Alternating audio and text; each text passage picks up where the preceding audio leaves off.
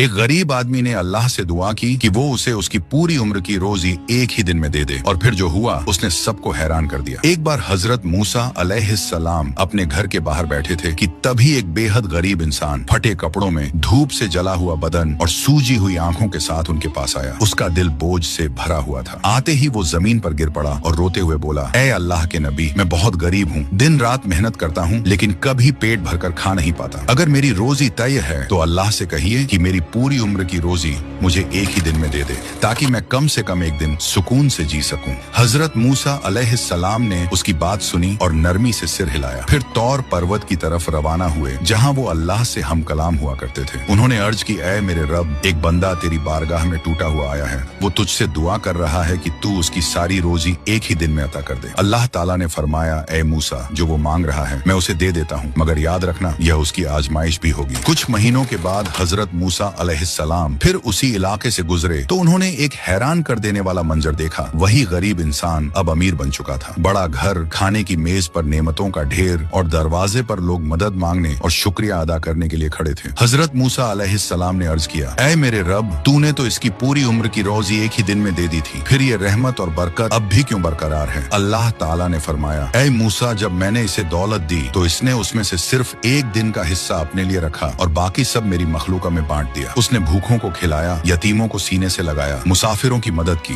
वो मेरा हो गया और मैं उसका। जब वो देता है तो मैं उसे लौटाता हूँ। उसने सखावत का दरवाजा खोला तो मैंने अपनी रहमतों के तमाम दरवाजे उस पर खोल दी।